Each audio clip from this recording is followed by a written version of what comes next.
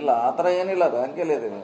ಸಿದ್ದರಾಮಯ್ಯ ಬಣನೂ ಇಲ್ಲ, D K Shivakumar ಬಣನೂ ಇಲ್ಲ. ಅವ್ರವ್ರು ಇನ್ನೂ ಅಲ್ಲಿ ಜಗಳಾಡ್ತಿದ್ದಾರೆ. ಅವರು ಡಿಸ್ಟಿಕ್ದಲ್ಲಿ, ಇನ್ನು ಅವ್ರು ಬೆಂಗಳೂರು ಮಂದಿ ಎಲ್ಲ ಬಂದ್ಮೇಲೆ ಅದು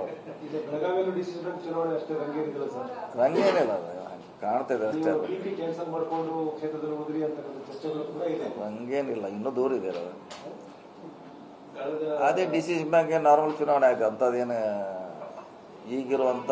ಹಾಸ್ಪಿಟಾಲಿಟಿ ಕ್ಷೇತ್ರದಲ್ಲಿ ಜಾಗತಿಕ ವೃತ್ತಿಯ ಕನಸು ಇದೆಯಾ? ಜಾಗತಿಕ ಅಧ್ಯಯನ ಉದ್ಯೋಗ ಅವಕಾಶಗಳೊಂದಿಗೆ ಭಾರತದ ನಂಬರ್ 1 IIHM ನಲ್ಲಿ ಓದಿ. ಪ್ರವೇಶ ಆರಂಭವಾಗಿದೆ, ಈಗಲೇ ಸೇರಿ. ಇದ್ರಲ್ಲಿ ಆಗೋಲ್ಲ, ನಾರ್ಮಲ್ ಆಗಿ ಆಗುತ್ತೆ. ಯಾಕಂದ್ರೆ ಅವ್ರು ಆಲ್ರೆಡಿ ಯಾರು ಇದ್ದಾರೆ, ಅವ್ರ ಆಯ್ಕೆ ಅವರೇ ಆಯ್ಕೆ ಬರ್ತಾರೆ. ಅಲ್ಲಿ ಹೊಸದು ಚುನಾವಣೆ ಆಗೋಲ್ಲ. ಮೆಜಾರಿಟಿ ಎಲ್ಲ ಅಣ್ಣಪೋಸ್ ಆಗ್ತಾರೆ ಅವರು.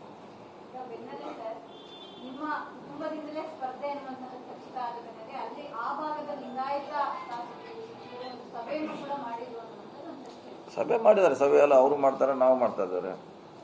ಈಗ ಹೇಳಿದ್ರೆ ಇದು ರಾಜಕೀಯಕ್ಕೆ ಸಂಬಂಧಪಟ್ಟ ವಿಚಾರ ಅಲ್ಲ. ಅವ್ರವ್ರ ಗ್ರೂಪ್ ಮೇಲೆ ಚುನಾವಣೆ ಆಗ್ತೈತೆ. DCC ಬ್ಯಾಂಕು, KMF ಇರ್ಬೋದು, ಮತ್ತೊಂದು ಇರ್ಬೋದು. ಸೊ ಅದಕ್ಕೇನು ಸಂಬಂಧ, ರಾಜಕೀಯ ಸಂಬಂಧ ಇಲ್ಲ. ಅವ್ರೆ ಇದಕ್ಕೆ ಜಾತಿನೂ ಸಂಬಂಧ ಇಲ್ಲ. ನಡೀತಾ ಇದ್ದಾರೆ. ಅದೇನು ಅಲ್ಲಿ ಚುನಾವಣೆ ಬರ್ತಾ ಇದೆ, 2 ಚುನಾವಣೆ ಇದೆ ಅಲ್ಲಿ. ಸೊ ಅದಕ್ಕೋಸ್ಕರ ಈಗಾಗಲೇ ತಯಾರಿ ನಡೀತಾ ಇದೆ. ಅದು ಪಕ್ಷಾತೀತವಾಗಿರುವಂಥ ಚುನಾವಣೆ, ಅದೇನು ಪಕ್ಷಕ್ಕೆ ಸೀಮಿತವಾಗಿರುವಂಥ ಚುನಾವಣೆ ಅಲ್ಲ.